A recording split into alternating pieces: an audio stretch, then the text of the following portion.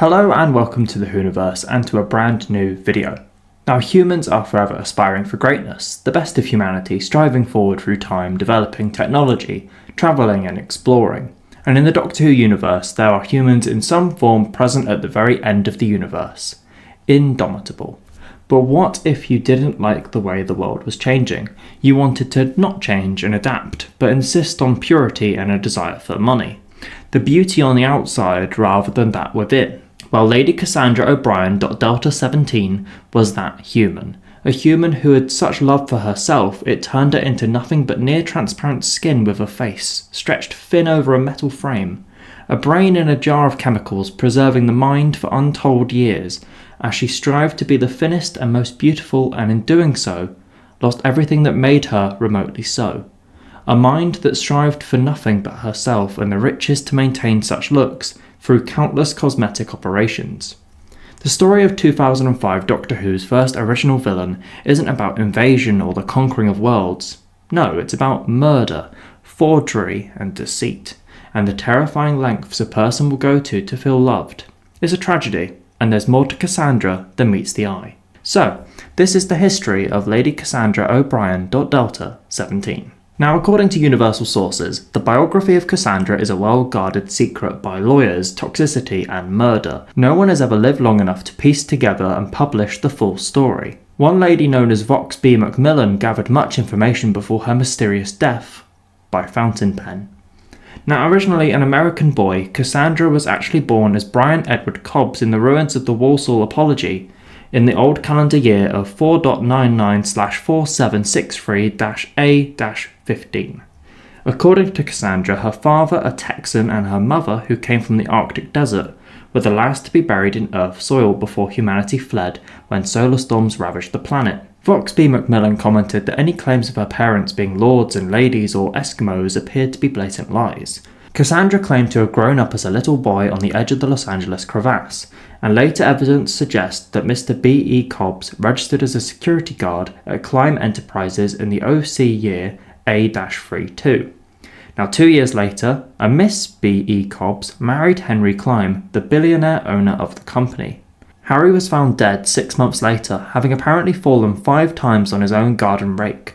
The new Mrs. Cobbs Climb inherited his empire, but cashed in the shares and promptly vanished.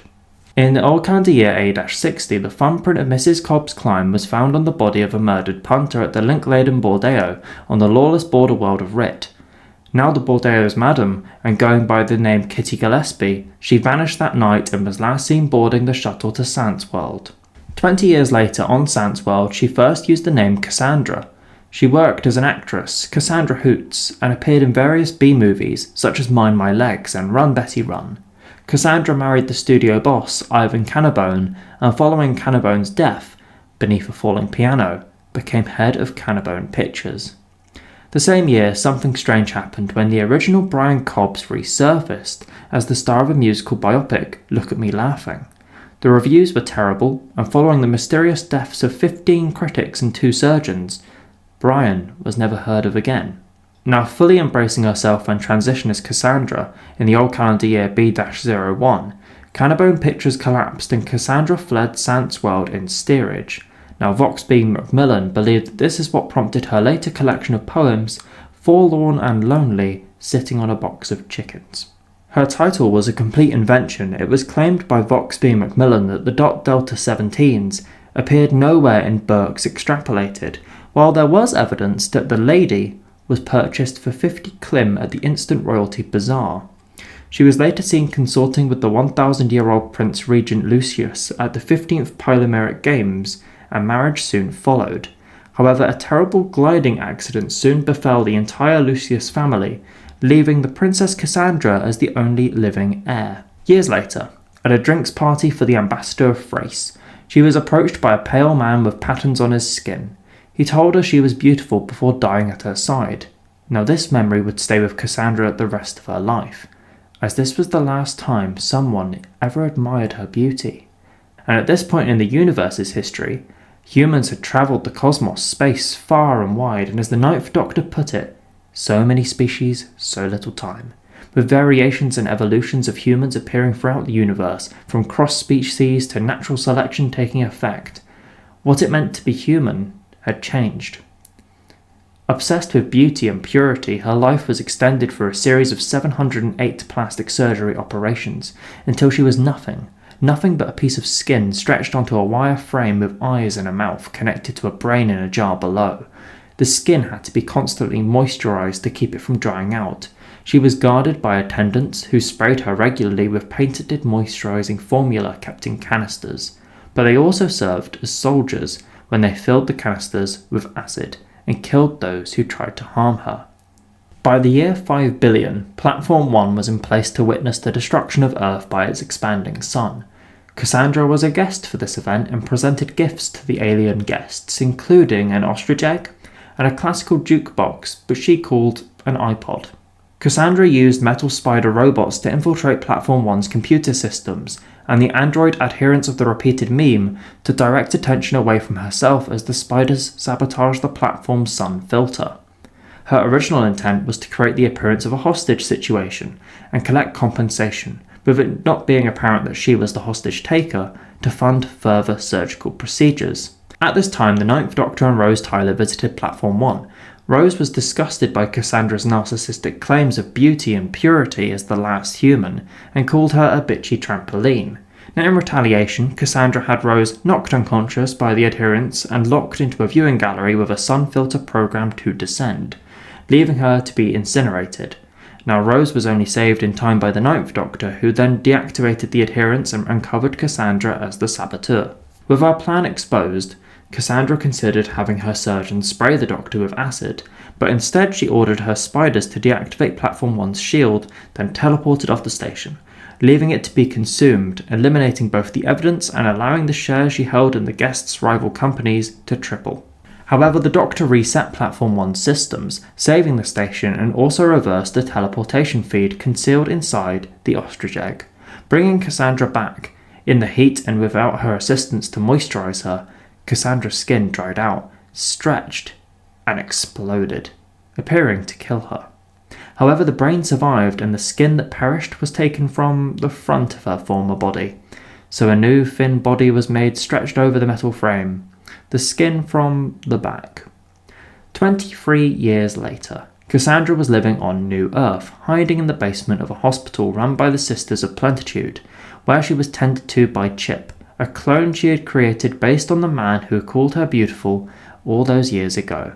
She often watched a projected film of her younger self at the ambassador of Fraser's drinks party to relive her past glories.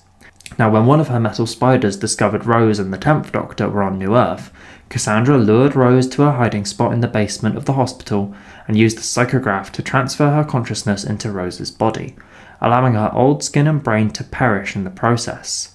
This was in part to gain revenge on Rose, and also to further her own lifespan. Now, learning of the Doctor's presence inside the hospital from Rose's surface memories, and believing he could help her uncover the secrets behind the Sisterhood's miracle cures, Cassandra opted to seduce him under the pretense of being Rose.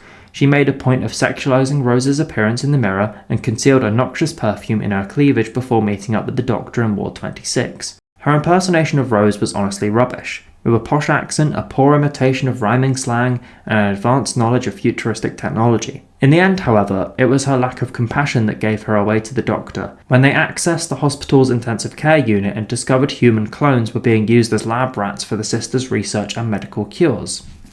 Her charade exposed, Cassandra knocked the Doctor unconscious with the concoction hidden down her front and sealed him in one of the containment pods. Cassandra's first instinct upon learning of the Sisters' plague farm was to blackmail them, but when this failed, she released the clones, who in turn released more of them and unleashed a pandemic throughout the hospital. Cassandra and the Doctor fled to the lower levels, where she abandoned Chip to die at the hands of the infected and took refuge in her basement hideaway. There, she left Rose's body and possessed the Doctor instead, then climbed up a service ladder to escape the diseased patients. Unable to open a pair of lift doors at the top of the ladder with the Doctor's sonic screwdriver, due to him shielding his forts, Cassandra jumped back into Rose's body, and was then forced to possess one of the clones when the Doctor refused to help her. And when she returned to Rose's body, she appeared to display remorse and sympathy at the fact the clones had never been touched, feeling their pain for herself. And returning to Ward 26, Cassandra helped the Doctor gather a cocktail of intravenous solutions, and together they cured the clones using the lift's disinfectant system. In the aftermath of the averted crisis, while the Doctor was trying to persuade Cassandra to leave Rose's body, Chip reappeared. Seeing him as a volunteer, which was confirmed by Chip himself, Cassandra transferred her consciousness to her servant, but the stress of the would-be disaster and his near brush with death earlier, compounded with his relative weakness, began to tax Chip, and as Cassandra informed the Doctor and now restored Rose that he's dying.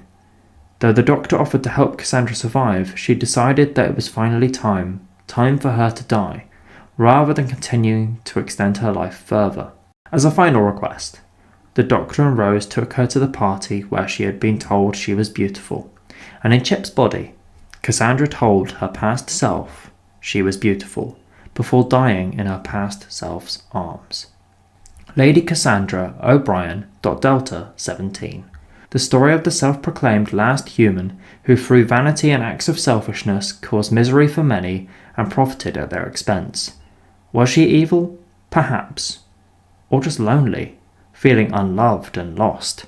Cassandra shows just how far a human can fall when they focus on exterior beauty and standards over personal growth and compassion. Now I hope you've enjoyed this video, and if so, be sure to give it a like and comment below your thoughts and subscribe to see more Doctor Who lore. Thanks for watching, and I'll see you in the next video. Bye bye.